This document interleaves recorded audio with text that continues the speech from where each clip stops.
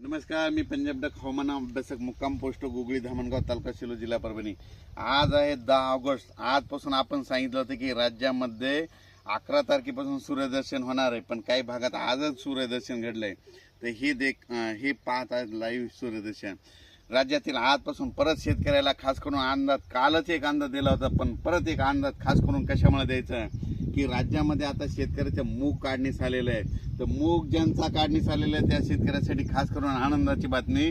तुम्ही काय करा, 19 तारखेपर्यंत 19 ऑगस्टपर्यंत तुम्ही तुमचे मूग काढून घ्या, कारण की राज्यामध्ये 20 ऑगस्ट ते 2 सप्टेंबर दरम्यान राज्यात बंगालच्या खाडीमध्ये 2 लो प्रेशर तयार होणार आहेत आणि त्याचा पाऊस मात्र महाराष्ट्र आणि कर्नाटकमध्ये पडणार आहे। म्हणून हा अंदाज लक्षात घ्यायचा। म्हणून सर्व शेतकऱ्याला सांगू इच्छितो की राज्यामध्ये आजपासूनच काही भागात सूर्यदर्शन होणार आहे, पण 12 पासून मात्र राज्यात सर्वत्र सगळे एकदम कडक सूर्यदर्शन होणार आहे। म्हणून ही खास करून शेतकऱ्यासाठी आनंदाची बातमी। राज्यातील सर्व शेतकऱ्याला सांगू इच्छितो की राज्यामध्ये आज 10 आणि 11 आणखीन 2 दिवस थोडा भाग बदलत थोडे सरी येणार आहेत, म्हणून हा अंदाज लक्षात घ्यायचा। पण राज्यात मात्र 12 तारखेपासून मराठवाडा, पश्चिम महाराष्ट्र या भागामध्ये चांगलं सूर्यदर्शन घडणार आहे, म्हणून हा अंदाज लक्षात घ्यायचा। आता नेमकं 12 तारखेपासून सूर्यदर्शन कोणत्या कोणत्या जिल्ह्यात जास्त होणार आहे हे तुम्हाला सांगतो। की सांगायचं झालं तर चंद्रपूर, यवतमाळ, नांदेड, हिंगोली, वाशिम, परभणी, त्याच्यानंतर लातूर, बीड, जालना, सोलापूर, उस्मानाबाद, सातारा, सांगली, तसेच पश्चिम महाराष्ट्र, त्याच्यानंतर नगर जिल्हा, त्याच्यानंतर नाशिककडे देखील होणार आहे, त्याच्यानंतर परत इकडं संभाजीनगर होणार आहे, जळगावकडे होणार आहे, बुलढाण्याकडे होणार आहे। पण ह्या जिल्ह्यामध्ये चांगलं सूर्यदर्शन घडणार आहे, म्हणून हा अंदाज लक्षात द्यायचा।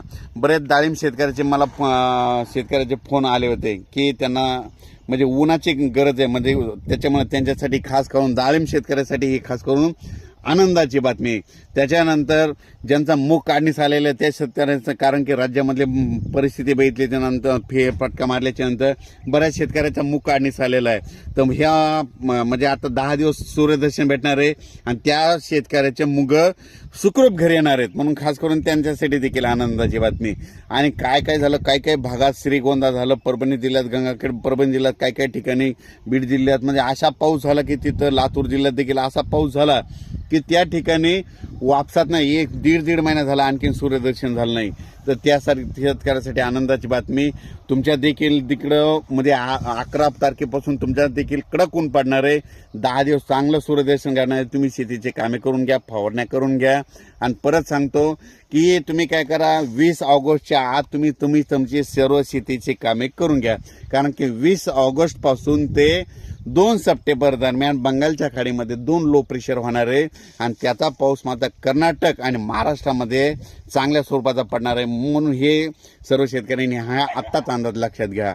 आणि परत एक सांगू इच्छितो की राज्यामध्ये आता मध्ये कोकणपट्टीत मात्र 17 तारखेपर्यंत तिकडला पाऊस कोकणपट्टीचा ते चालूच राहणार आहे, म्हणून हा अंदाज लक्षात। आणि त्याच्यानंतर राज्यामध्ये 16-17 तारखेपर्यंत धुळे जिल्हा, जळगाव जिल्हा, नंदुरबार, त्याच्यानंतर जळगाव जामोद, त्याच्यानंतर बुलढाणा, त्याच्यानंतर परतवाडा, त्याच्यानंतर अमरावती, अकोला, अकोट, अचलपूर, वर्धा, नागपूर हे पट्ट्या मात्र 17 तारखेपर्यंत पावसाच्या सरी चालू राहणार आहे। म्हणजे त्या जिल्ह्यामध्ये ह्या पट्ट्यामध्ये असा पाऊस राहणार आहे। पण उर्वरित राज्यात मात्र उद्यापासून मध्ये कडक सूर्यदर्शन होणार आहे। आज जसं सूर्यदर्शन घडलं तसं एकदम कडक दिसणार आहे, म्हणून हा अंदाज लक्षात द्यायचा। आणि त्याच्यातील परत एक सांगतो की सातारा, सांगली, सोलापूर त्या भागामध्ये पूरस्थिती निर्माण झाली होती। आता त्यांचा देखील मध्ये आता पूर ओसरणार आहे, पाणी देखील ओसरणार आहे तिकडे। आता एवढा काही मोठा पाऊस राहणार नाही, म्हणून हे देखील अंदाज लक्षात द्यायचा।